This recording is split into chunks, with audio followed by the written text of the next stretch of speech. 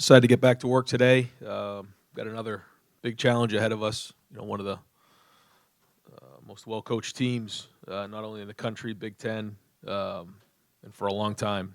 Got a lot of respect for Coach, his staff, and his history, and one of the best coaches in the last couple of decades in college football. So we'll get back to work today. We got our hands full. It's a very, very good team.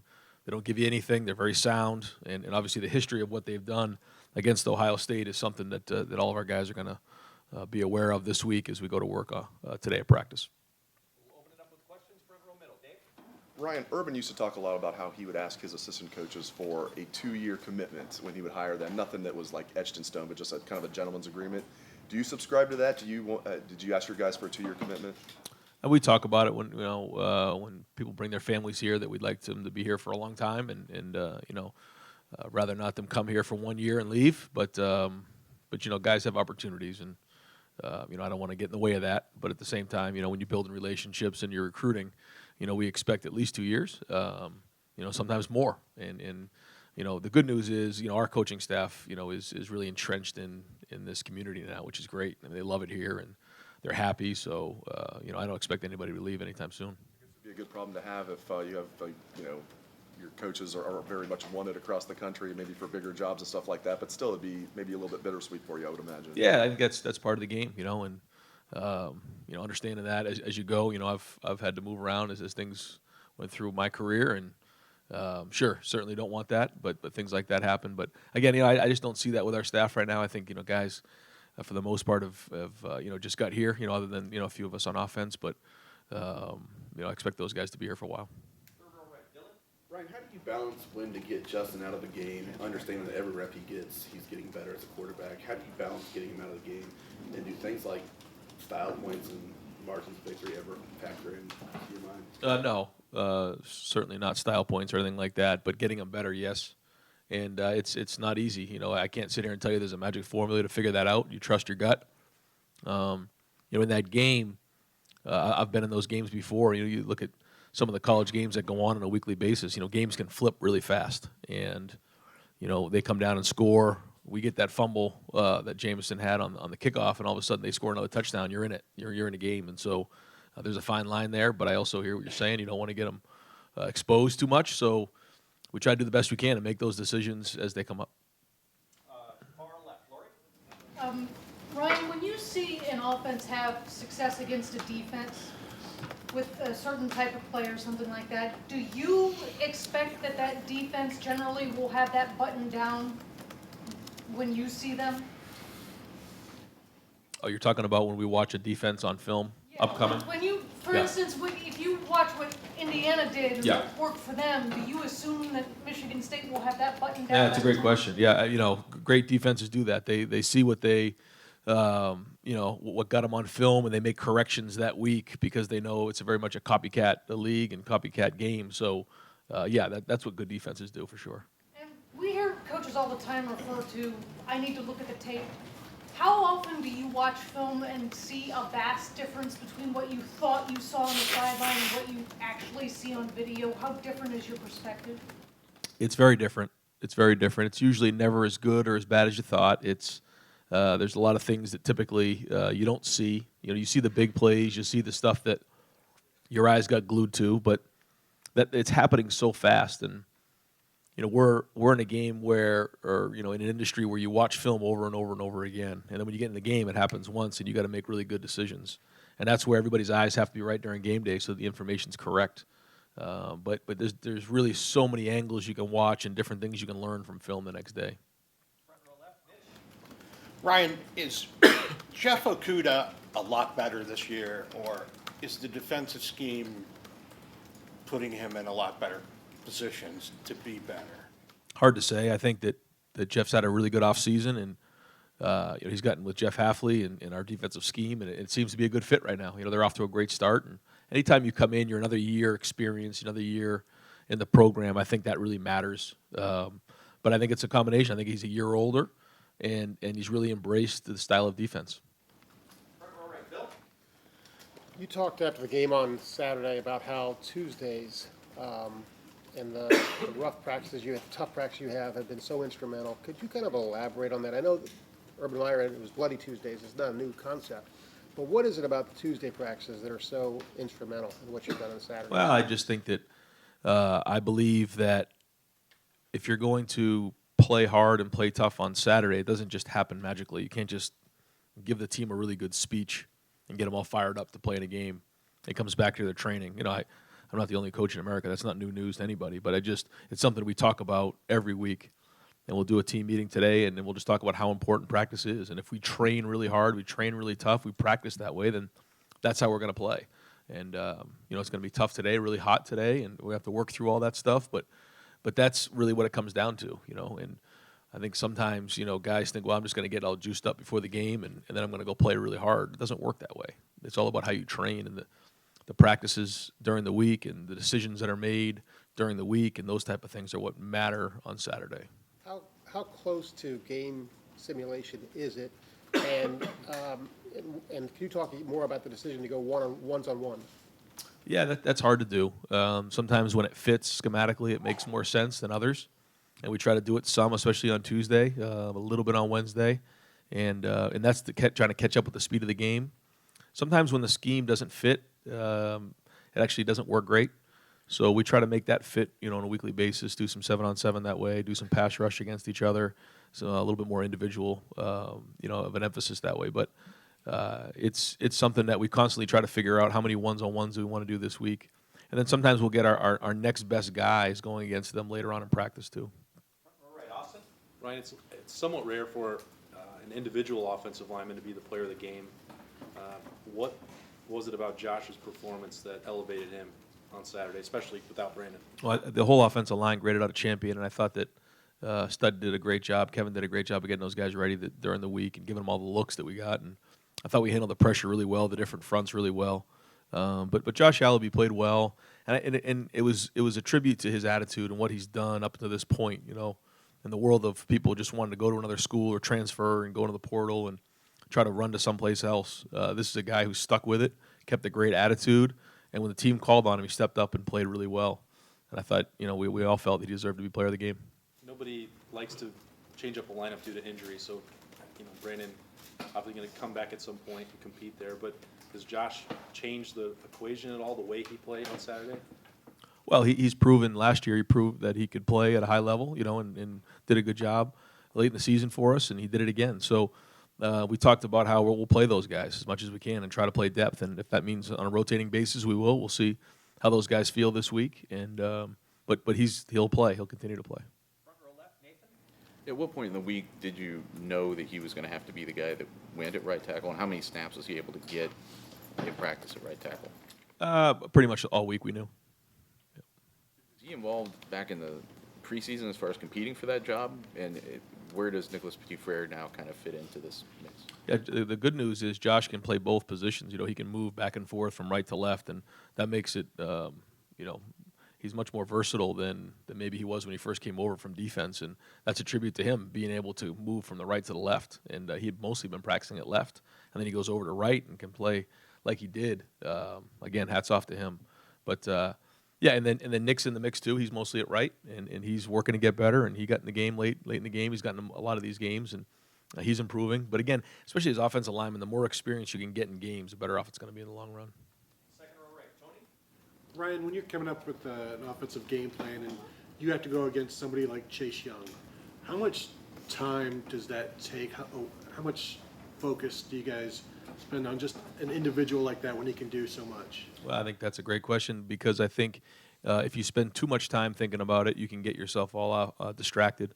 If you don't spend enough time, he can beat you. So I think that's kind of the art of coaching again, is how much do you spend time on a great player? There's a couple great players on Michigan State. How much time are we going to spend figuring out how to neutralize those guys, because they are the difference makers. And in college football, great players have to play great. And Chase is one of those guys that demands a lot of attention. And then with respect to your injury policy, is there a chance that Teron Vincent and C.J. Saunders won't play this year? Will they? I don't know about that. We'll have to see. Right behind him, Rob? You become head coach at Ohio State, and suddenly people care about what you think on national issues. Lucky you. Pay for endorsement. Where do you stand on it? Are you in favor of athletes getting paid for their likeness? I know it's a sticky issue, but where are you? Yeah, well, I'm very much aligned with Gene on this issue, and I understand that it's very complex, and I think it's an exciting issue for student athletes. But I'm interested to see kind of where it goes and the talks that happen, and I do definitely think that there's opportunity out there for these guys, but at the same time, it's not that easy, and there's a history of college football that has been around for a long time, and I know everybody's sensitive to not turn that off into a bad road. And so, but again, my focus right now is really just on the season, so it's hard to get too much down that road. But Gene and I have had great conversations, and I'm very much aligned with his thoughts on that. And an odd question, you've been on the other side of this where you were a huge underdog, maybe at Boston College, and you're taking on a team that on paper is vastly superior. Are there principles when you were that team to try to win that game? I mean, when you're that big of an underdog? Yeah, I think absolutely. I think anytime you come into a game, you just go back to what you believe in, what your plan to win is, and don't change that. And you just got to be physical. And I know those guys are going to do the same thing. They don't turn the ball over. They control the game. And if we come in and do anything other than what we've done in the past, I mean, we're going to be in it up to our eyeballs. And so, these guys, they're not going to be intimidated by Ohio State. You kidding me? I mean, they've been in here plenty of times in the stadium and done a great job, and one of the more storied histories in all college football at Michigan State. So, those guys know the recipe, and we better come to play, or else we're going to be in it. Second row left, Steven. There's obviously plenty of guys on this roster who have played both sides of the ball in high school before they got here. But you've got a recruit right now who he's a defensive guy, he's a defensive end, but he's playing quarterback as well. I guess, is there a benefit for him being able to see that position from both sides, I guess, of how they go at each other, I guess? Oh, yeah, I can't really comment on any specific recruits, but I can say that anytime somebody plays multiple positions or multiple sports, we look at it as a positive, because it allows them to compete and work through different things and learn skills that maybe they haven't learned in another position. So we love that. Yeah. I guess, is there because of maybe the position, does it matter what the position is? I guess, like, if it's a cornerback and a wide receiver playing, maybe you can kind of implement that for what they do here. If it's a quarterback and a defensive end, is there any real benefit for you, the way you guys can do that? Again, I don't. I just think that anytime you get to play another position or another sport, you're increasing your ability as a total athlete. Just whether it's spatial awareness or, let's say you're a quarterback and someone puts you in defense. I love that, because now they got to learn to be tough and stick their face on people. So, again, anytime they can do multiple things, I think it's great. Question about the offensive line. Last year, from a run blocking standpoint, it struggled a little bit, especially early on. And now this year, like, from a statistic standpoint, it's one of the best in the country. How much is the play calling? How much affect that? How much is who the quarterback is having an effect on the run blocking?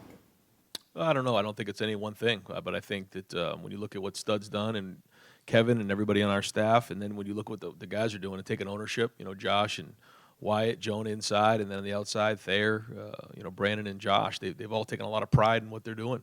And, we talked about being tough and running the ball and how important that was this year, and they're embracing it, And so, again, off to a good start, but now we just have a bigger bullseye on our chest. So we got to do a great job every week because, now people are seeing that we're running the ball. So, we're up against one of the best run defenses in college football in the last 2 decades this week. So, we're going to have to bring our A game. Surprised at how well it's been, especially with this many new parts this early in the season?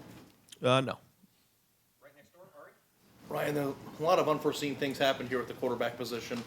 How tough is it when you have a quarterback committed for years and you need to take two in the same class? You knew you were going to have to take two. How much of a challenge is it to do that?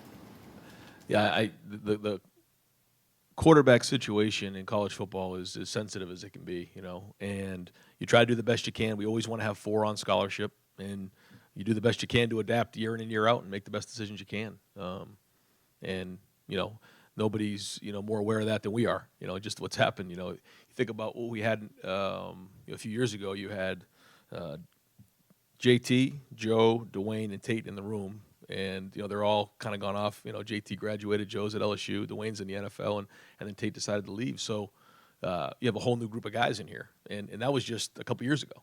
And so it happens quickly, and especially at a high-profile place like Ohio State. And we'll do the best we can to adapt to it and make sure we have 4 guys in a room. As a recruiter, though, how do you handle that when you have somebody who's been committed for a while? You know, it's a different position than every other position because there's only one that plays. How do you Yeah, handle well, I that? think what you tell them in recruiting is that all we can guarantee is that there's going to be 3 other guys in a room with you, and you're going to be part of an unbelievable program, have all the resources you need, be part of a great culture, and you're going to get coached up at the highest level. And all we can guarantee is that, and the fact that there's going to be 3 other guys in a room with you, whether they're freshmen, seniors, transfers. You just don't know because you don't have a crystal ball. Fourth row middle, Patrick.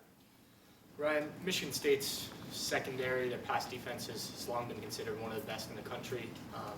Statistically, they're not where they normally are this year so far, but I'm curious what kind of challenge they present for Justin in this time. Yeah. They have a defensive system that has been challenged for years and years, so they have answers. So if you run a play against them, they have the answer right away. They're really good at knowing what the defense is.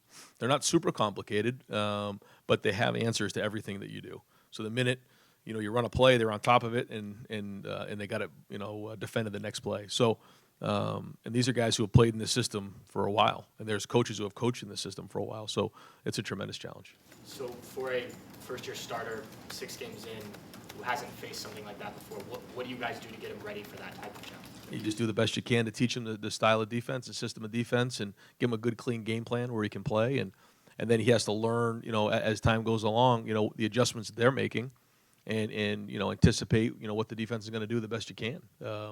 But you don't have a whole bunch of time on that. You have a week, you have 3 practices really, and that's the challenge of being a quarterback, is being able to take a whole new style of defense and put a game plan on the field in 1 week. So that's going to be the challenge this week. On the other side of the ball, your defensive line, obviously we've seen what they've done, but how much are they helping the secondary with the way that they're getting the quarterbacks?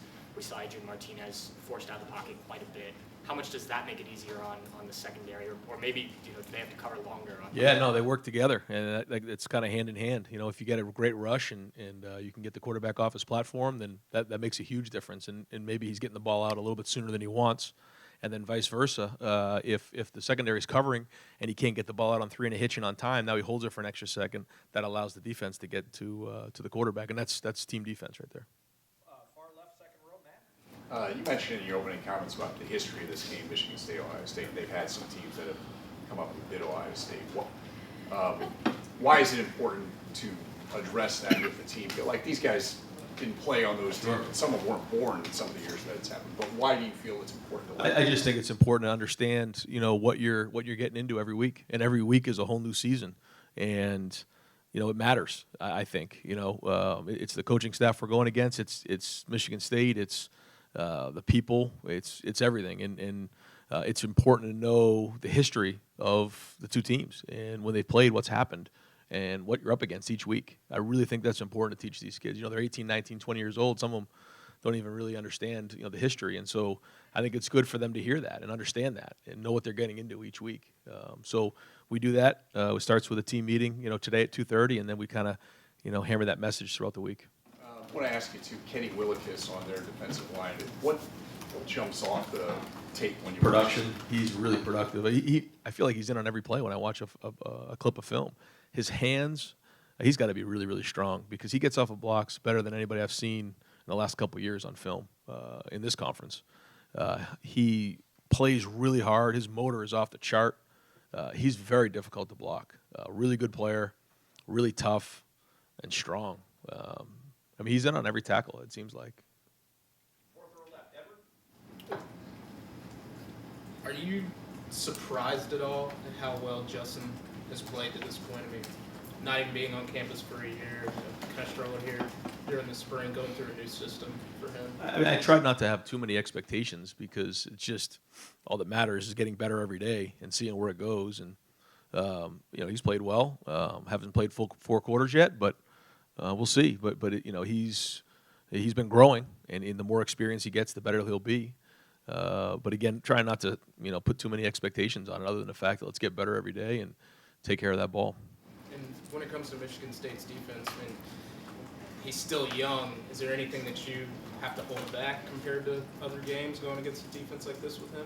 No, I don't think you hold back. I think you have to be aggressive. You can't not be aggressive. That's kind of the way we are. We like to be aggressive, but but he can't just go into the game and think he's all set. All of a sudden, he's played in a few games here, and he's going to go in against a great defense and just start going away from what's got him to this point. And that's discipline. That's being tough, and making those decisions. And I think he's done a good job of that. I think he's had decisions where he could have maybe forced it in there, and he's thrown the ball away. He's done that a couple times where he did, like the end of the first half. He kind of scrambled around and made a play to Luke, but that was dangerous. That could have gone the other way, and so he's got to learn that off of film.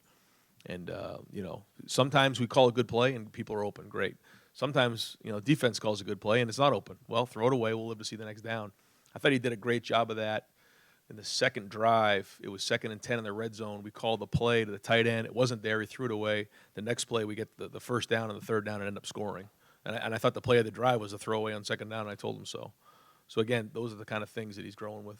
And during fall camp, what was the biggest difference you saw with how he was adapting to your offense and kind of getting comfortable with this guys? Just the experience and understanding it. And when you learn a language, when you learn something new, when you learn plays, and you have to think about it, then it's not there. Now I think it's second nature. I think he understands it. Front row right, Joey. Just to follow up on Justin, he's now over 100 pass attempts, and he hasn't been picked off. You mentioned one of the throws that was close yet, but I'm curious if you look at all those 100 throws, it seems pretty rare for a quarterback not to be picked off yet. Is that some luck involved? Is you overall happy with the decision making? I'm just curious from other quarterbacks you work with how rare that is. No, I mean he's done a good job of taking care of the ball. I think there's a couple that he threw in harm's way that maybe could have gone the other way, but they didn't, and so he's got to keep making those good decisions and take care of the ball. And one thing Scott Frost mentioned yesterday is he said he had you guys number 1 on his coach's poll ballot. You have a vote in it this year. I'm just kind of curious where you'd rank your team. Yeah, I don't really give away where I rank the teams and all that, but we're getting better every week, and what matters is what the ranking is at the end of the season. Got time for a couple more. Second row middle, Bruce. I would describe that win Saturday as very businesslike. There were a lot of things that could have distracted you, game day and the road and all that stuff. I wondered, do you put much stock in a pregame read on your team? It may not be right before you go out on kickoff. It might be on a plane. It might be Friday. Just what's your frame of reference on getting a vibe on your team and when they're ready to just go out and do business like that? I think you get a vibe during the week for sure with the way they practice, but there's definitely a feel the day of, and it's hard for a night game because you don't just want to wake up and have them start running through walls for you because the game's not till that night. I think you can usually tell if it's a noon kickoff if they wake up with energy and juice. They got a good look in their eye. They're probably fresh and ready to roll.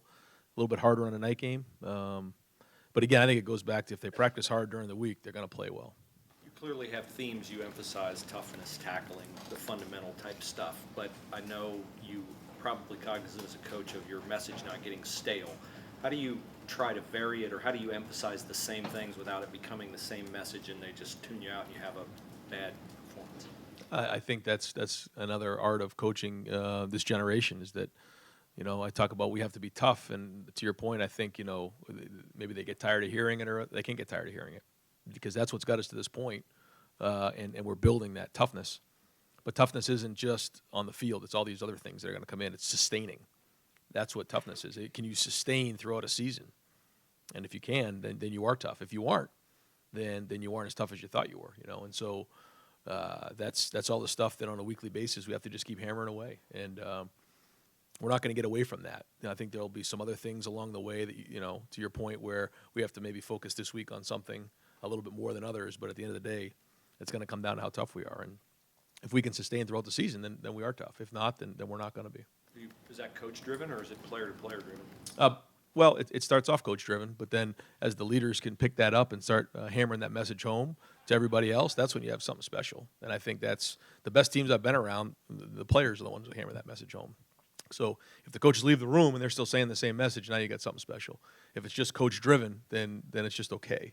But we want to be elite. At this point, is Master Teague III a surprise to you anymore? What do you see that's come along big time in his game? And there was that one series Saturday night. It looked like I called it the fatigue program, where y'all went to him 3 straight times for a touchdown.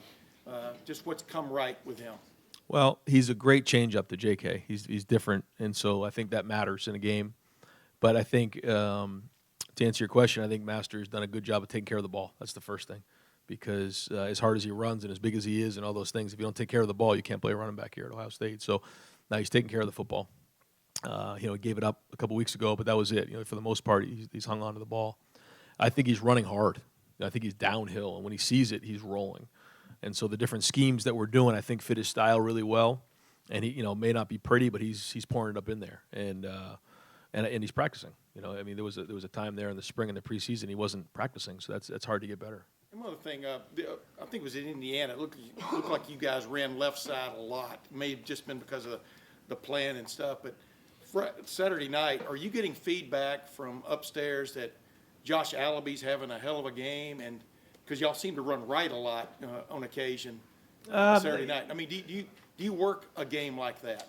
I think we get some feedback of, are we handling them? I think you can usually tell that within a game. Are we blocking them or are we struggling to block them? And if we're struggling to block them, why that is, and you try to solve that. But typically we don't typically go like one side more than the other. I think it's just kind of the way the game plays out. And final questions, front row left, Doug. When you left San Francisco, did you tell Hafley I'm going to hire you when I become a head coach? No, but we had several conversations about coaching in college, and that's where we both wanted to end up. And I told him on Sunday we were going to coach together. I didn't know I'd be the head coach here, and that's how it would work out. But I always knew I'd coach with him again. He's somebody that I had a connection with right away, had a lot of respect for. I think he's a tremendous coach, relates well with players, and he's a great recruiter. And that was somebody I always wanted to be around. And so I knew I'd coach with him again. I just didn't know where. When you were an assistant, did you have the list of guys that I will hire when I become a head coach someday? No, I had a list of guys that I was colleagues with and people I respected, but you just never know where people are at in their careers and where things are at, and you try to piece it together the best you can. But he was always a guy that I obviously wanted to have on the staff. And all the things you had to do when you took over this program, that part of it, figuring out the 10 guys that you wanted to have on your first staff, were you nervous about that? Were you super confident, man, I'm going to go 10 for 10 on these hires? And just as you've watched these guys coach through the preseason, through the first 5 games, how do you think your staff has done? I think our staff's done an excellent job. I think when you piece it together, it's not that easy. There's so many different things that come into play: recruiting, experience, energy, football knowledge. All those things. When you try to piece it together, it's really important. And then chemistry. If guys don't get along well, it doesn't work. And I talked to our guys about that. Our team can feel the staff chemistry. If we love each other as coaches, then they're going to feel that.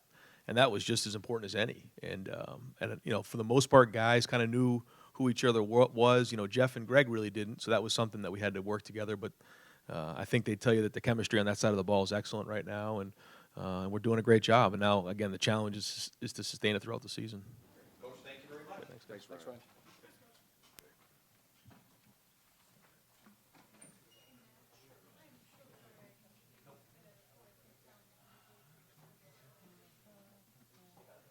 Hey, are you going to ASAP Gene?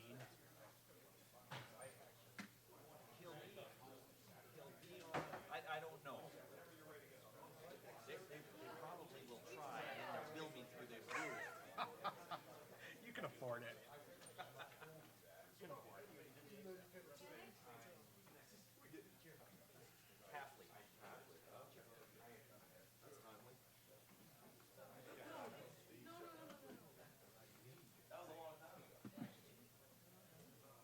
My wife yelled at me, so I'm good.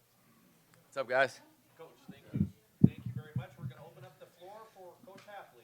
Front row right, Austin from Lettermen Row. This isn't a question comparing last year to this year again, so I learned my lesson. But when you came in and got rolling here, you and Greg, you talked about how much talent you inherited. Through 5 games, has this matched what you thought you could do? Are you ahead of your schedule? What did you envision? Yeah, again, really no expectations, but really proud and pleased so far. Again, I said it all along, the players that they've recruited here are very good. They did an unbelievable job. And it just goes back to these guys buying in, learning, and these coaches developing them. So just pleased right now. But it's kind of what I mentioned to a lot of you guys after the game. When you do watch the tape, I mean this, we can still get a lot better, and we need to get a lot better. But as far as no expectation, but proud, very proud of these guys. There's been maybe a game or two where you said we didn't have to do a lot, maybe played some base formations. when you talk about getting better, are there still things you can add to the defense to make it, I don't know, more complex or better? Sure, and that's a really good question. There is more stuff that we have practiced that we just haven't had to show yet. So, maybe that will help us. But overall, to us, it always comes back to fundamentals and technique. Where are your eyes? Where's your leverage? Where's your hand placement? How am I tackling? So the little things is what I think makes this defense special. And that's what I think right now is making this team different, is they're buying so much into the fundamentals and the technique. So when you look at things and say, wow, you're really simple, maybe we are simple in some regards, but the way our coaches are coaching fundamentals and technique, I think is separating them right now, and I think that gives us I think that helps us out a lot. Front row middle, Dave from 247 Sports. Hi, Jeff. Urban Meyer used to talk about how he would ask his assistant coaches for a 2-year commitment when he would hire them. Did you and Ryan Day talk about that at all, or is that something that was brought up? Because I imagine you're going to have your share of suitors after this season. We never talked about 2 years. I mean, honestly, I'm just thinking about today. I mean, there's so much that goes into every single day. Sometimes, I haven't had time to shave. Look at me, right?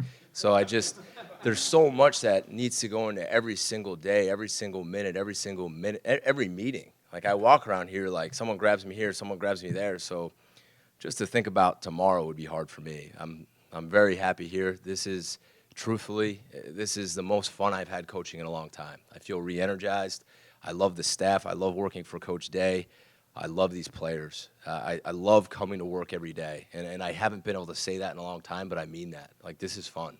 So I'm really excited to be here right now. And facing Brian Lewerke this week, it seemed like he had a pretty good year as a sophomore a couple years ago. He was hurt last year, didn't have that very good year. What have you seen so far from him this year? He manages the game really well. He sees it. He gets rid of the ball. He starts looking people off.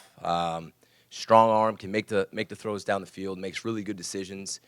He's faster than people think he is. I mean, he can get going. I think he's playing really well. I think right now he could be the best quarterback that we faced. And I'm not just saying that because it's this week. I think he's playing really well. Front row left, Nathan from Cleveland.com. Here's what did Jonathan Cooper bring to this defense? Attitude, toughness, leadership, speed, relentlessness. I mean, I can't say enough about that guy. When he's around, you feel better.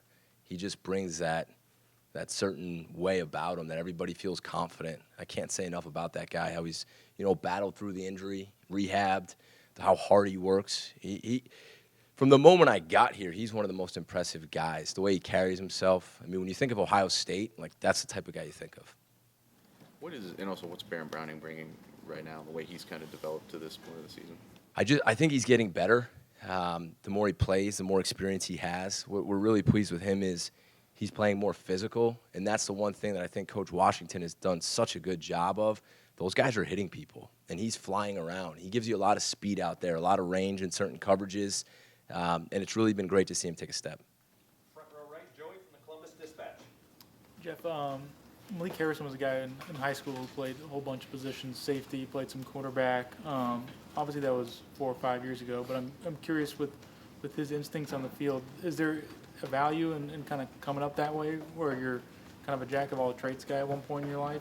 There might be. I think you can see a lot of that in some of the zone coverages that we play. I mean, he's got tremendous range and vision and length. So a lot of times, things look open, and they even look open to me. But then when you go back and you watch that tape, you see him sitting there, right? And he's got this huge length, this huge size, and now the quarterback's got to kind of get the ball up and over, right? So I think his instincts, probably from playing a lot of sports growing up, just seeing the ball. But again, he's another guy, and you got to give credit to the staff and to him. He's improving, and he played really well last week. Fourth row right, Patrick from the Lantern. DSB. DSB, okay.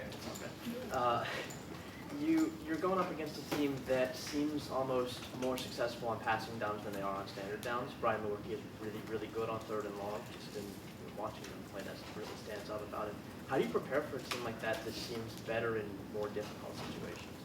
Well, you kind of prepare each week the same, right? We want to get them into 3rd and long, just because they're better in 3rd and long. We hope we don't have 3rd and short. So, we try to get them in those situations. We do what we do. We'll try to get after them, try to drop some zone, play some man, do some different things. But I think with the quarterback in general, what I said in the beginning is what separates him, honestly. The way he manages the game, gets rid of the ball. He doesn't take a lot of sacks. He doesn't make a lot of bad decisions. He'll throw the football away. He'll run it when he has to run it. And I think that's why he's playing so well. Just to talk about 3rd and long, that's kind of hard right now. But they got good wideouts. I mean, right now, the 25 is one of the leading receivers in the Big Ten, and their tight ends are big and their backs are good. This is a really good football team, well coached. 4th row middle, Patrick from 247 Sports. Jeff, you told us after the game that it's not just the secondary, it's the D-line, linebackers. The pressure that they're getting and watching, Chase Young, Chase A.J. Martinez, how much is that making it easier on your back end to get those interceptions, knock balls down? That's everything. And that's what I mean. And when you have a really good front that really rushes the quarterback well, you're going to get interceptions because you're going to throw off the timing and rhythm of the quarterback. When you guys watch, when a quarterback hits his back step, if he can't set up by the time he hits his back step, we're going to have a really good day because then the ball's going to come out. Guys aren't even going to be out in their routes yet, and we're going to force bad throws. We're going to force tips and overthrows, which your linebackers and DBs will hopefully get some picks. You're going to force bad decisions, and you're going to sack the quarterback. So the way they're rushing right now and how well Coach Johnson's coaching right now, those DBs better be thanking those guys because that's why they're getting those interceptions too. I don't want to take it away from Jeff or any of those guys, but every good team I've been around that intercepts the ball, everything starts up front. Everything. Stopping the run, rushing the quarterback, rushing coverage tie in, and that's so important. Front row right, Bill from the Dispatch. Hey, Jeff, coming from the NFL, the practices there are different because you have a limited roster. How tough are these Tuesday practices, and what benefit do you think this team gets from it? They're hard. I mean, they're really hard. The first couple I had, I looked at Mick, and I was like, man, are we going to be all right? And he kind of just laughed at me. He said, we're going to be just fine. But they're hard. What makes them hard is, I mean, we're going up against our offense for a lot of today's practice, and they're really good. And when you do that, you compete at a very high level. So it's our wideouts going against our DBs. It's our O-line going against our D-line. It's trying to defend Justin Fields. So that's what makes it very hard. And then we push them here. I mean, we do. And Coach always talks about toughness, and that's where it comes from. In my opinion, you win and lose games today and tomorrow. And the way our guys prepare here, and they don't complain. They don't say anything. And now that I'm kind of into a little bit of a routine, I see that. And that's the culture here. And I don't think it's like that many places. It is not like that in the NFL due to roster size and limitations on how many times you can actually wear shoulder pads and all that stuff. But I think the culture here, I think is special. And that's what I saw when I got here. But you guys come out and watch those practices, they're hard. What do you mean? I accept the offer. Hey, I'm learning. All right, I'm not inviting anybody to any practices anymore, and I'm not using any bad language anymore.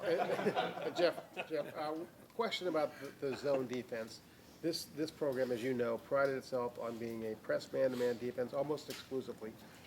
How effective has it been? How important has it been that you are using the zone coverage? I think you said all 3 interceptions on Saturday were in zone coverage. I was wrong on the one. And the one we were in man when Jeff came across on the deep over. He was in man and he undercut it. So I apologize for being wrong on that. But I love press man. And if you watch that game on Saturday night, we got after him. We got our hands on him. And I think it all starts from there. And the one thing I love right now is we're getting better at it, and we're getting hands on people. I just think you have to be able to play both, because I think now when the quarterback drops back and he just sees 4 guys across and these big, long guys, and here comes number 2 off this edge, and here comes somebody else from this edge, I mean, it's hard. It's really hard. It's hard for NFL quarterbacks, and I think it makes it difficult to change things up and drop into different zones. And I also think during the game, if I told you to go out and cover a guy every single play, I think eventually you get tired, right? And I think it's allowed our corners to play more plays, and it's given some of our corners a chance to make more plays with vision. Like the one interception we had in the game when Jeff fell and tipped it, that was a really good call on their part. They had a guy coming across that snuck through the B gap, and he was open. Like, I'm not going to lie to you, he was open. But playing with that vision allowed Jeff to see it come off and make the play. So I think they're really good compliments, if that makes sense. 3rd row middle, Dan from 11 Warriors.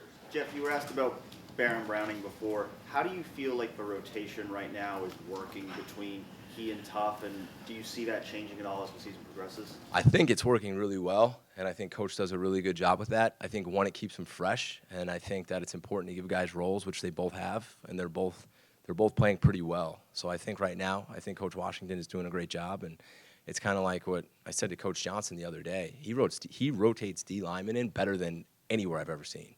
Usually it's like, oh gosh, we got 3 in, 2 out. Do we have enough guys on the, like, no, it never happens like that.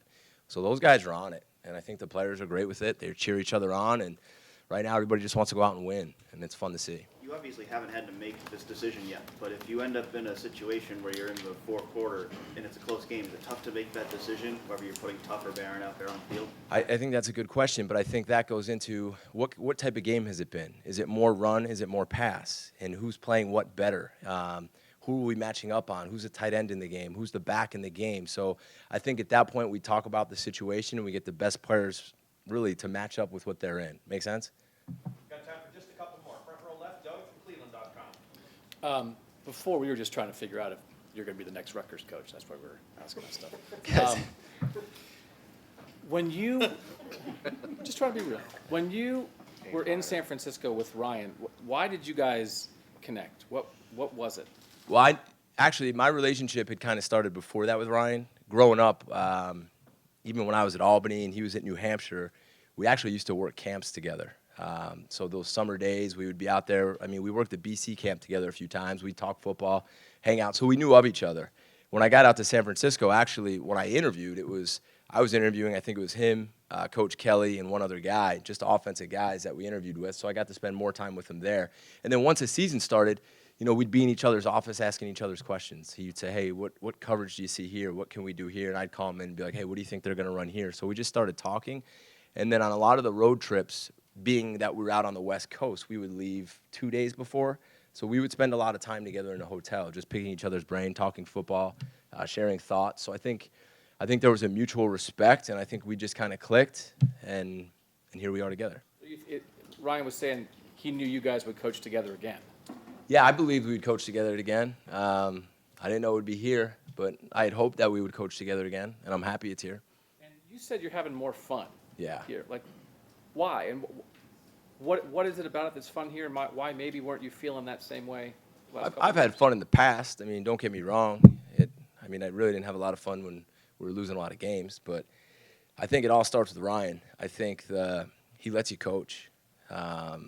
He really lets you coach. He doesn't often tell you exactly what to do. He'll guide you. He'll give you suggestions. He'll give you ideas, but he lets you do your job. And to any assistant, that's probably one of the most important things. The other thing is he does, which to me, which a lot of people probably don't even realize, he respects our family and our time so much. And in this business, that's very rare to have a head coach who truly respects that. And what do I mean by that? Like, you guys could see my daughters running up and down the hall anytime you want. My wife can come in here and feel comfortable anytime she wants. So what that does for me is that just kind of, it makes this job so much better and so much more fun that he involves my family and that it feels comfortable to come to work every day, which also leads to, I mean, look at the way he treats our players. Like, he's tough on them, but he does love them. And that's just not talk. That's who he is. And when you do that and you have a culture, staff, and players that's built like that, I just think guys enjoy being in this building right now. And I think that's why they're playing hard and fast and they're confident and they're doing it together. Front row left, Mitch from the Associated Press. Jeff, I'm curious about the development of Jeff Okuda this season. Can you just talk about what, when you met him, when you came here in the preseason, and from that point to where he is now, how he's a different player, if he is? Yeah, I think the biggest thing with him is just he's played more, right? So he has more experience. So you got to that plays a lot into it. The other thing is I think he's spending a lot of time listening to the why. Like, he's starting to understand why certain routes are coming. When 2 does this, 1's going to do that. When 1 does this, 2's going to do that. So I think he's seeing the game a little bit different, and I think that slows it down for him. So I think mentally, I think he's becoming a better football player. Physically, I just think, I'm on him hard. If you ask him that question, I probably coach him harder than everybody. If he takes a wrong step, I let him know in front of the room. If I don't like his hand placement, I tell him in front of the room, because I want him to get better every single day, and he has bought into that. And I do think every game so far, he has gotten better. And again, I know you're not allowed to, but if you were to come out to practice, you would see how hard he goes. I mean, he goes now, and he's competitive, and he finishes. And I can tell when he's going to play well, because Tuesday, Wednesday, how he practices, he gives himself that chance. And he's fun to coach, which is, again, why I'm having fun, because I get guys who are trying and giving me everything that they have. Is he more of a leader? Is he is his junior now. Has he stepped up in the room? You know, he's more? starting to, because I actually, you know, I gave the team a brief shot before I went up to the booth, and then he called them up. And that, to me, says a lot. He's feeling comfortable and confident enough to do that. He has those traits, but it's not easy, you know, and I think he's getting more comfortable with that role. Front row right, Tim from Lettermen Row. Yeah, Jeff, you know, speaking of Okuda, he said he got a big monkey off his back 2 weeks ago when he got the first interception. And he said he owed it a lot to you about, you were telling him just be patient, go out there, play your game, and those opportunities will come. When you see him come, was that a big monkey off your back also, that there was a payoff for him? And then number two, I mean, he seems to be triggering fast. I mean, what do you see from that aspect? Yeah, let me hit on that part first. When you get corners who trigger like him and Damon do, you better look out, because that means you got a pretty tough team. When you look at corners who are hitting like our guys, you got a tough team. And I respect and appreciate those guys. I mean, they are selling out to hit people, and it is so much fun to watch. Yeah, like Damon with the line of scrimmage the other night. Yeah, he filled in the B gap on the one where we kind of weren't fit right, and he came dark. I mean, corners don't do that. And then they threw the swing pass out on the left sideline. Jeff came flying out for a 2-yard gain. I mean, that's a big play. And there's a lot of corners who won't do that for a lot of different reasons. So you got to respect that about them. As far as the interceptions go, yeah, let's be honest. Like, yeah, you get that first one. It's probably like, and then at the same point for me, it's like, all right, good. Now he's not going to press, because I keep telling him not to press. But you know how that is. The kid wants an interception, and now he gets another one, and then he gets another one, and hopefully they keep coming. Coach, thank you very much. All right, guys, thanks a lot.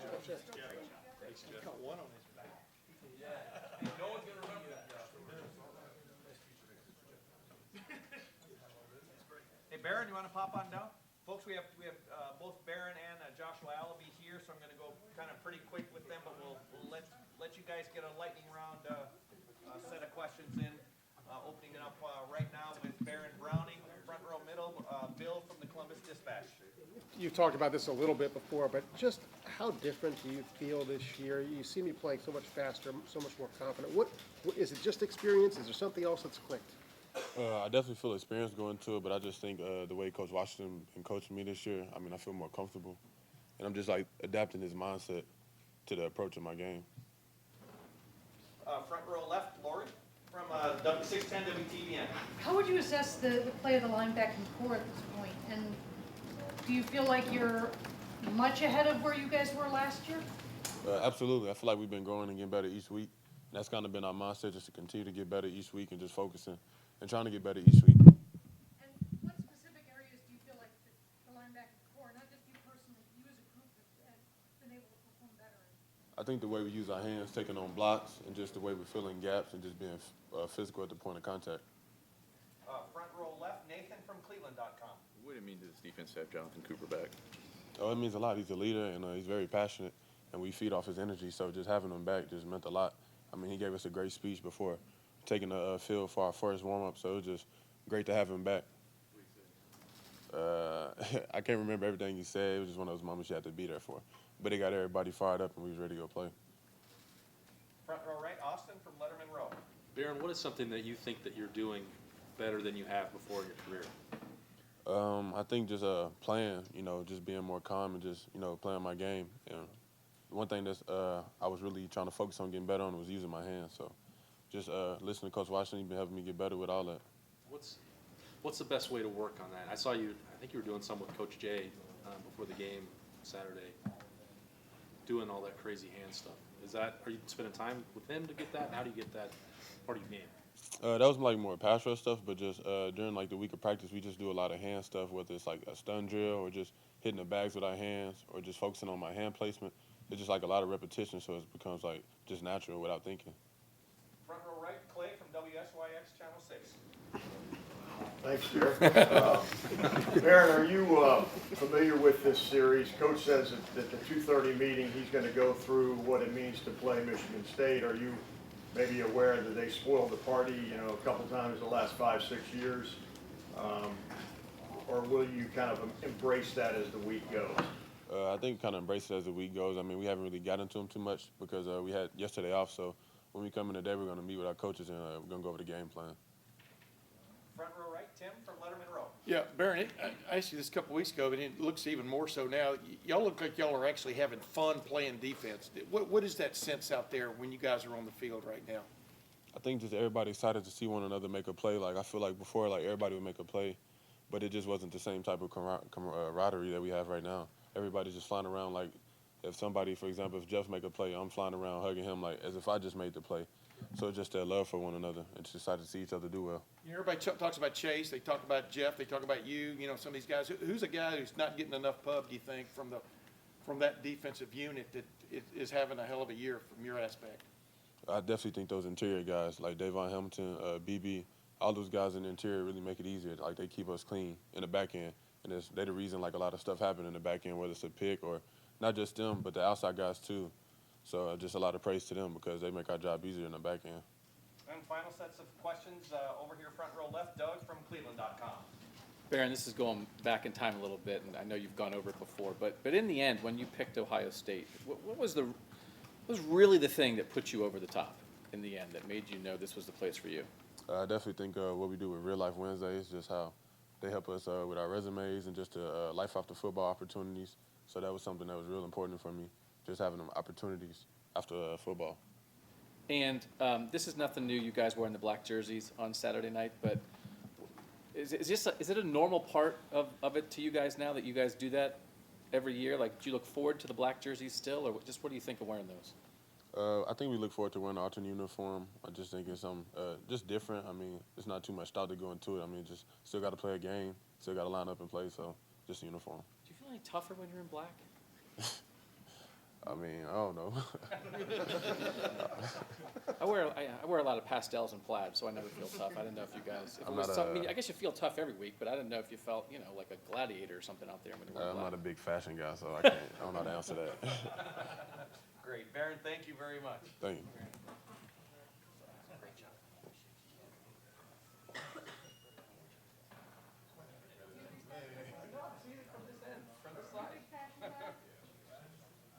Joshua, you want to pump on down? Lift it up. Yeah. Oh, there you go.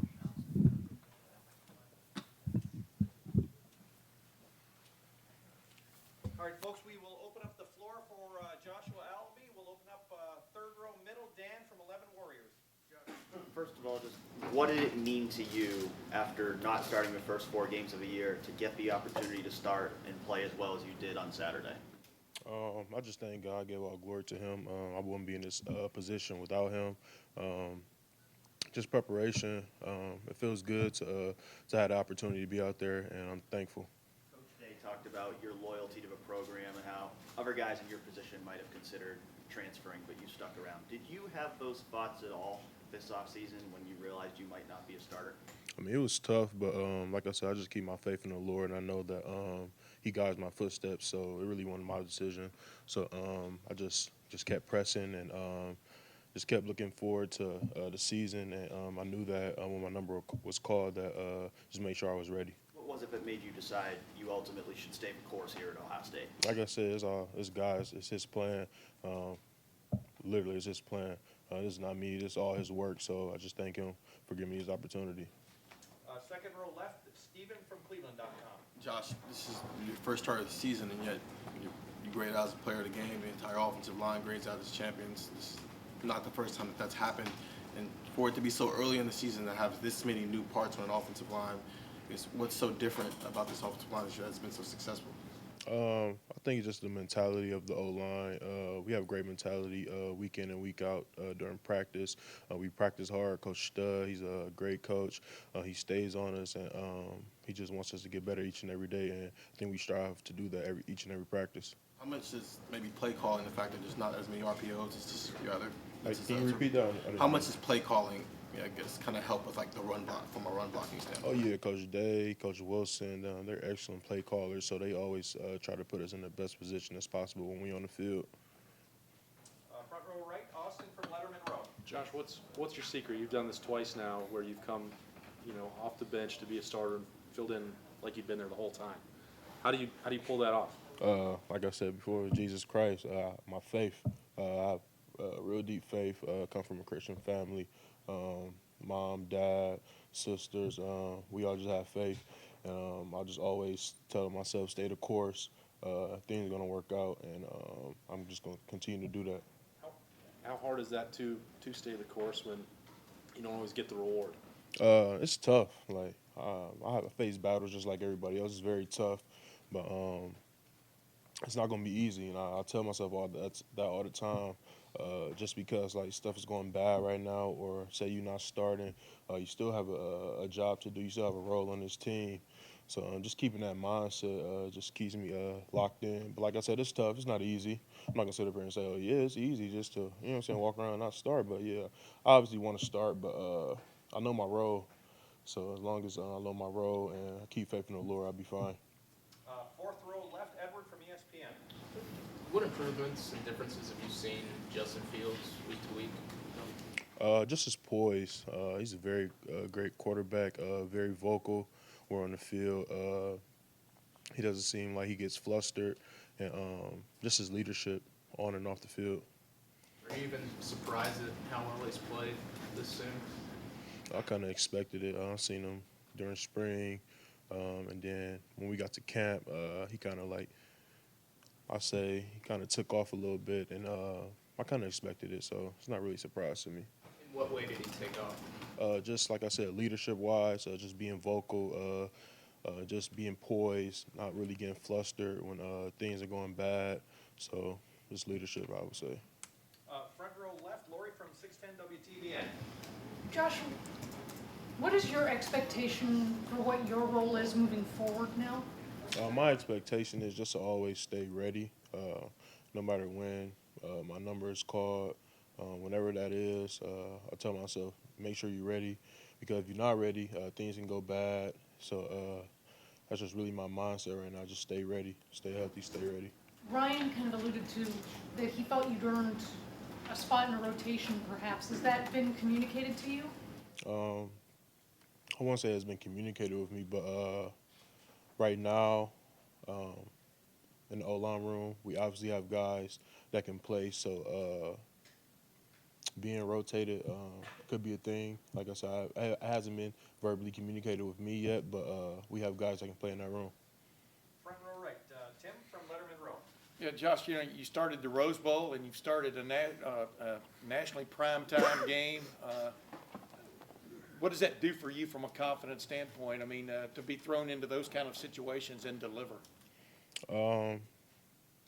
Confidence-wise, it for sure builds my confidence up, just knowing that I can do it. But I knew I could do it as long as I just stay prepared week in and week out at practice. And as long as my coaches believed in me, have faith, I know I can get the job done.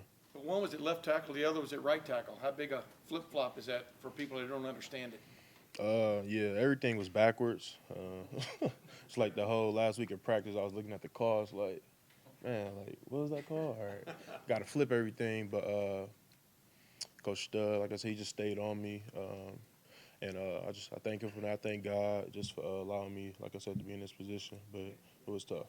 And one of the quickie, I mean, you've been here for a while. What is the confidence factor in the offensive line room now compared to the last couple of years? I mean, from the sense of you guys getting the job done up front? Like we always had love for each other, but I feel like this group right now, we really care for each other, and we plan for for our teammates, our brothers right beside us. So I think that's a big factor right now in the O-line room. Front row left, final set of questions, Doug from Cleveland.com. So just how much of a difference is it for you playing the left side versus the right side? Is it a big swap with your footwork and everything, or is it something that no, you just I can make that swap pretty easily? At first, when I was practicing at right tackle, like getting in my stance, it was kind of like awkward. But as I got to get more reps at it and practice, I kind of tried to get comfortable just getting lower in my stance.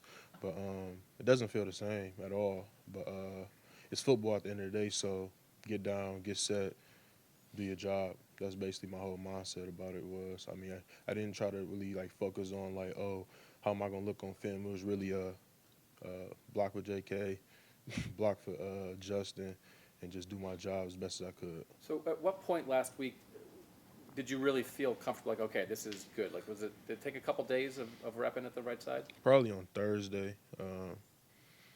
I told myself, like, wow, like, you really about to go out here and go play another position on the other side of the line. So I just tried different stance, and then I found the stance where I felt pretty comfortable, and I said, you know what, just stick here and prayed about it, and I was fine. So now, but you feel like from this point on, you're the kind of guy who left side or right side, they should feel comfortable wherever they might need you. Yeah, I can play any side. Joshua, thank you very much. Thank you, Joshua. Thank you.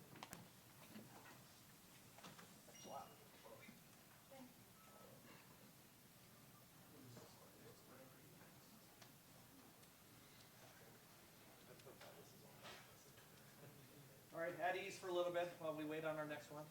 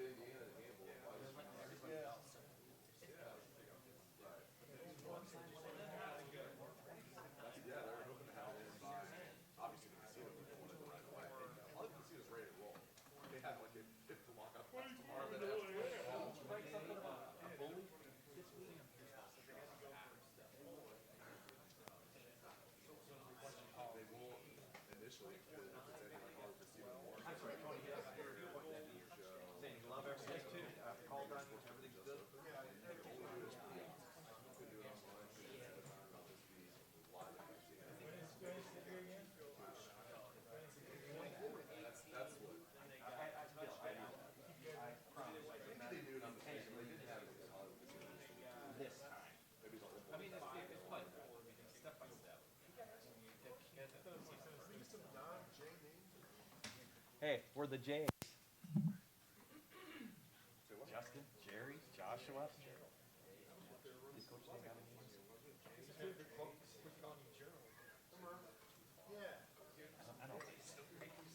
don't like this seltzer water stuff. Jerry, we getting anybody else except for Justin? Well, let's see, who else has got, his name is a J on the team? Jeffrey, Jeff. Yeah, we're gonna try for Jeff. It's Jeff, yeah. Number ones and the number twos on this team.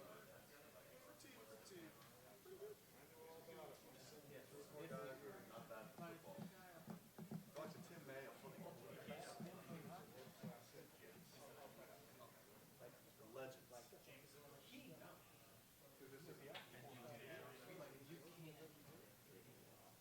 Gene Smith didn't get the memo that Tim May was.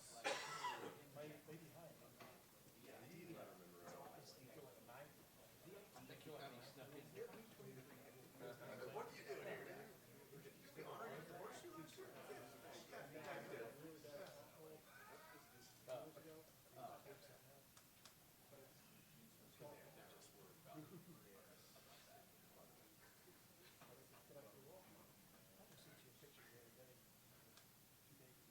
This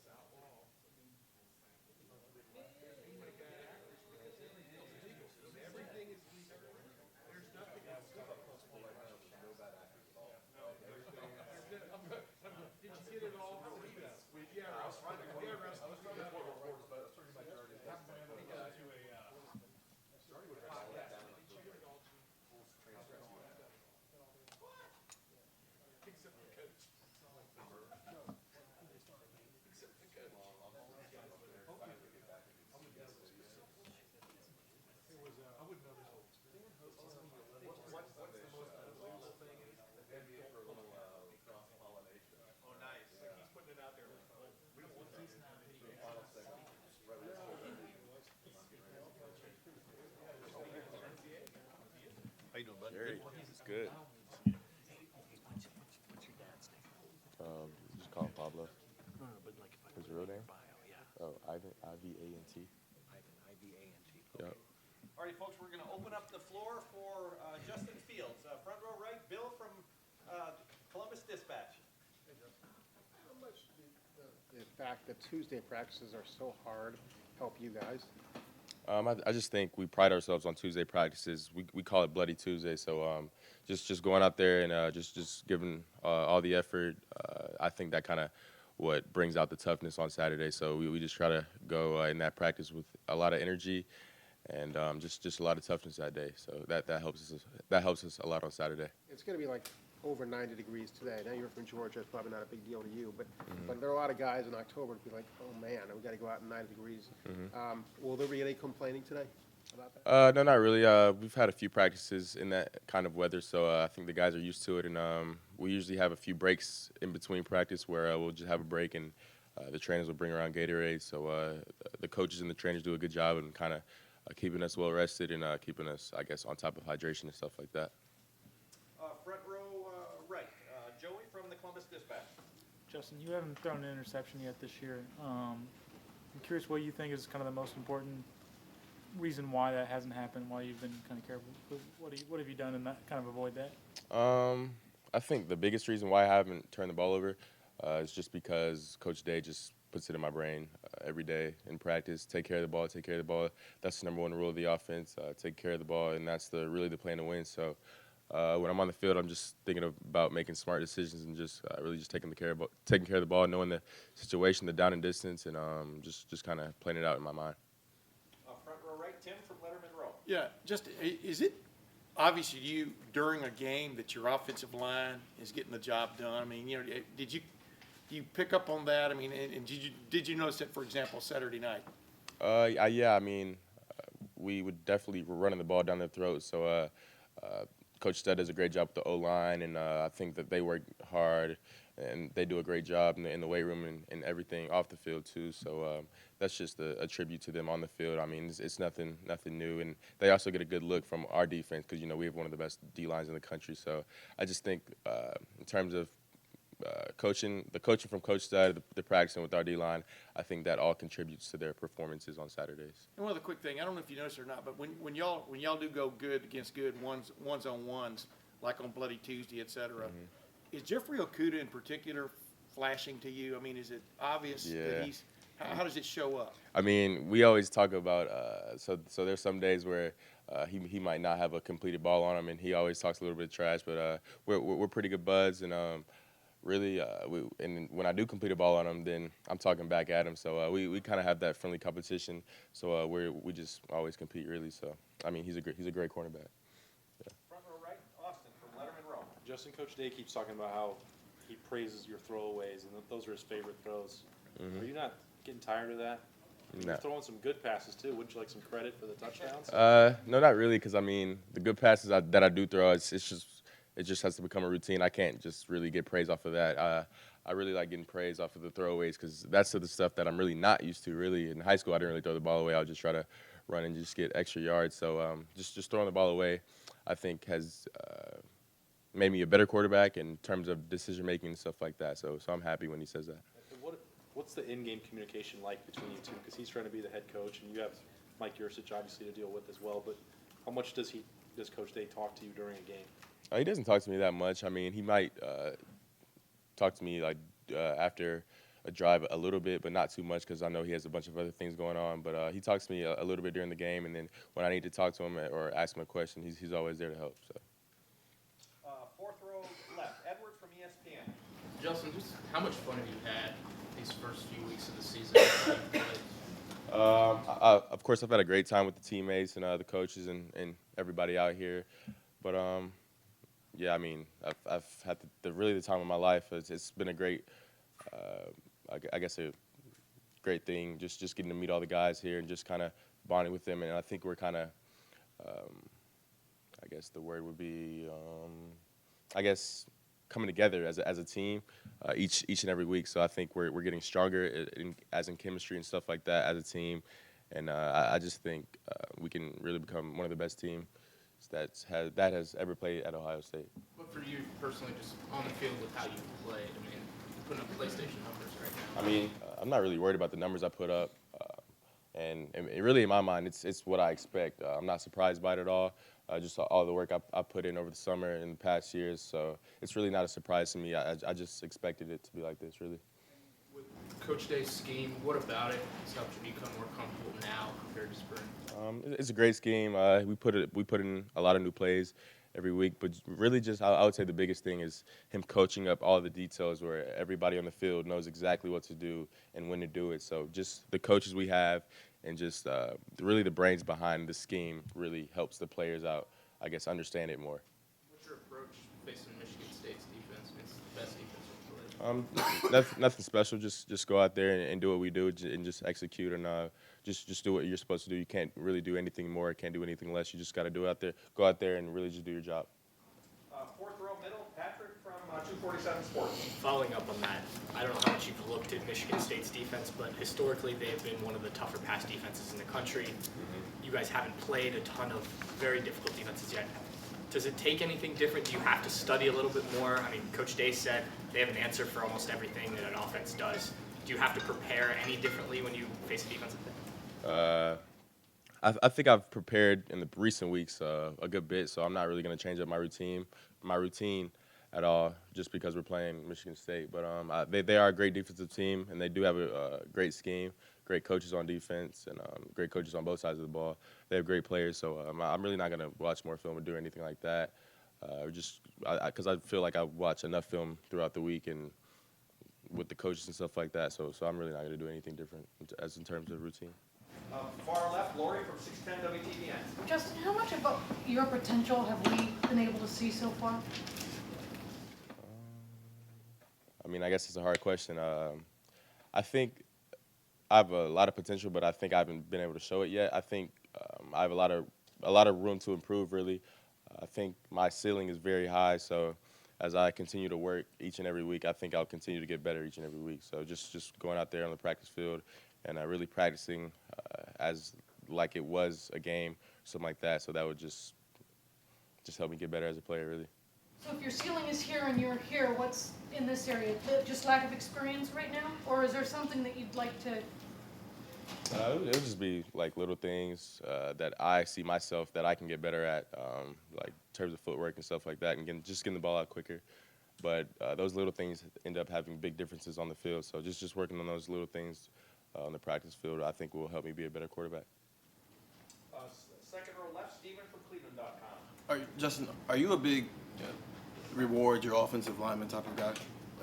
Yeah, me and JK took the O-line out to eat at Benihana's the other day. So that was just good hanging out with all those guys and just kind of rewarding them for what they've done for me and him on the field. And also, on the lines of interceptions, last time you threw an interception, you were at Harrison still. Do you remember that throw? Yeah, I do. It was actually the day I committed to Georgia, I'm pretty sure. I think it was like a tip ball or something like that. So I really couldn't do anything about it, but I think that was the last time I threw a pick. How did you handle that versus how you think you'll handle it whenever that first interception does happen? I mean, I throw interceptions in practice, so I mean, I probably won't treat it any different. As Coach Day says, you just got to move on to the next play and just worry about the next play. So I'm not really going to dwell on it that much and just kind of just really play my game. Front row left, Doug from Cleveland.com. Justin, not throwing picks is a very difficult thing to do. Every quarterback takes a couple sacks every now and then. Have you had any problem with any of the sacks that you've taken this year, or is that just, I mean, you can't go through a game and never be sacked in the whole season. Do you feel like, well, those have all been pretty reasonable? Well, I think some were reasonable, but some I should have thrown the ball away. So I just have to, again, just get a better feel of just throwing the ball away and when to try to make a play. And as I continue to do that, I think that'll just make me a better quarterback overall. So some of the sacks this year, they were really on me. I should have just thrown the ball away and just moved on to the next play. But so yeah, I just have to work on that and just get better at that aspect of the game. And you've played quarterback at different places. Just what does it do when a quarterback has faith in his offensive line? Just when you're dropping back to pass. I mean, I'm sure. Just being honest, right? There's times when maybe you're thinking, "Oh man, I don't know if this tackle can block this guy," right? Like if you if you believe in your line, does it have any effect on how you're able to play, even before the snap, what you're thinking about? It definitely gives you confidence in the pocket and just your awareness. So you're really not worried about the pocket. You're kind of just filling it out, and you kind of just really worried about what's downfield rather than just this guy from the back coming to get me or whatever. So I think it just gives a quarterback the sense of confidence and knowing his O-line is blocking up there for him, and just really just worried about the receivers downfield and the coverage. Second row middle, Bruce from Maven Sports Illustrated.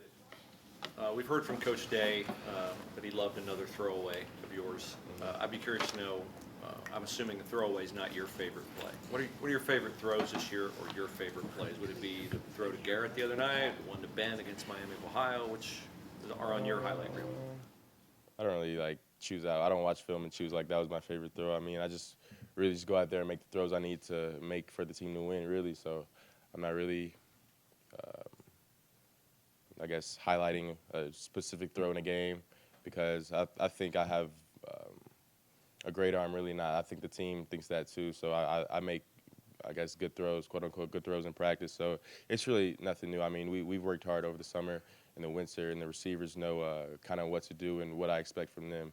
So I think the receivers would just say those throws that I'm making are routine, really, because we've just worked on it a lot throughout the summer and stuff like that. So when you make a throw like either one of the two I alluded to, you don't, to yourself, say, man, that was so. Nah, I really expect to make those throws. So it's really just the expectation and just having a high expectation for yourself, because if you expect that from yourself, I mean, I expect more from myself. So I think that even if I don't reach those expectations, I'll still be elite. So just the higher the expectations I have for myself, I'll still be on a great level as a quarterback. So, I mean, I think the higher your expectations are as a person, even if you fall short of it, you'll really be good. But you just have to keep thriving for your expectations. If you don't make it, you just got to keep working harder, really. In the midst of a game, are you more apt to be pleased with your performance or feel like you're missing things? Say that again? In the midst of a game, Mm-hmm. the vibe you have about how you're playing, are you more apt to be feeling like, hey, I'm playing pretty well? Or I wish I had, Yeah, I mean, of course, throws and completions, they definitely build you up as the game goes on. But, I mean, you can't really dwell on those things. You can't really get too high or get too low. If you're not having a good game, you kind of just have to stay even-keeled and just worry about the next play, really, because just really Coach Shearson says each play has its own life, so you just have to focus on that particular play and just execute that play to the best of your ability. Got time for just a few more. Second row, right, Tony from the Ozone. Justin, what does Master Teague do for this offense? No, he's a downhill runner. I mean, he runs hard, he's big, he's physical, so he definitely kind of creates a big, powerful running back. Of course, J.K. is a big, powerful running back too, but we need another guy that can do that as well. So I think Master definitely opens up the running game, and he's fast, he's elusive, and he can really run through guys. So I think he definitely opens up the offense more. When you see him have success, you dump a pass off to him, Mm-hmm. and he takes it 25, 28 yards. Mhm. Does that then give you more confidence that he can do that as well? I mean, again, we see it all the time in practice, so it's really nothing new. But, yeah, that was just a check down, and, of course, just seeing that from Masters is really not surprising at all. So just as we go on in practice, we're just working hard every day, really, and just seeing those from J.K. and Master and stuff like that, that's really not surprising to see at all from them. Right behind him, Rob from the Dispatch. Just curious, Justin, do you see any weaknesses on this team? We definitely have weaknesses on the team, and we're not where we need to be yet to win a national championship. So Coach Day emphasized that a lot, that we're not where we need to be, although we're having success right now. So we just emphasize really just going out and just having a great practice every day, bringing the energy and the juice out there. So really every day at practice, we just got to play tough and really just practice as hard as we can. It's hard to see weaknesses, but you say there are some. What are they? I mean, I like to keep that disclosed right now so the other teams don't know our weaknesses, but yeah, we definitely know our weaknesses, and we just try to focus on those and try to make those weaknesses stronger. What's it going to take for you guys to get beat? What's it going to take for us to get beat? I think the only thing that it's going to take for us to get beat is us not being ourselves, really. I think if we play our game and do what we're supposed to do, I think we're definitely one of the best teams in the country. So as long as we continue to do that, I think we'll have a great season. And the final set of questions, third row left, Dan from 11 Warriors. Justin, California passed a law yesterday about name, image, and likeness benefits. That's obviously a big issue in the NCAA right now. Just was curious, what's your perspective on that and whether student athletes should be able to get name, image, likeness benefits? I think in terms of, I think some student athletes need the money, of course, because not every student athlete grows up in the same background. Some student athletes, they have poorer backgrounds than others, so I haven't really thought about it much, but I definitely think some should be paid in terms of the way they've grown up and I guess how their family's doing back home, but I haven't really thought about it much. Is that something you guys talk about as players at all when that stuff is in the news? I mean, of course the players want to get paid, but our focus is really not on getting paid. Our focus is on winning games, so as long as we keep winning games, I think everyone will be happy around here. Justin, thank you. Thanks, Thanks, Justin.